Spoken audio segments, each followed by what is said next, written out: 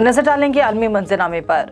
Colombia में bull fighting के दौरान स्टेडियम का एक हिस्सा गिरने से 6 अफराद हलाक हो गए। अफसोसनाक हादसा सेंट पीटर्स डे के मौके की मुनासबत से खेल के दौरान पेश आया, जहां हजूम बढ़ जाने से स्टेडियम का एक हिस्सा नीचे जा गिरा। वाक़ये में 6 अफराद हलाक और 200 जख्मी हो गए। रेस्क्यू टीमों ने फौरी तौर पर कार्रवाई करते हुए मुतासरा अफराद को तिब्बी इमदाद के लिए अस्पताल रवाना कर दिया। भारतीय रियासत आसाम में सैलाब के बाद आलूदा पानी से लगने वाली बीमारियां फैलने लगी हैं। निकासी आब न होने की वजह से कई देहात अभी तक पानी में डूबे हुए हैं और मुताअद्दिद का ज़मीनी राब्ता मुनक़ता हो चुका है। आलूदा पानी पीने से मुख्तलिफ इक़साम की बीमारियां भी फैल चुकी हैं, जिनमें हैज़ा, टाइफाइड और जल्दी बीमारियां शामिल हैं।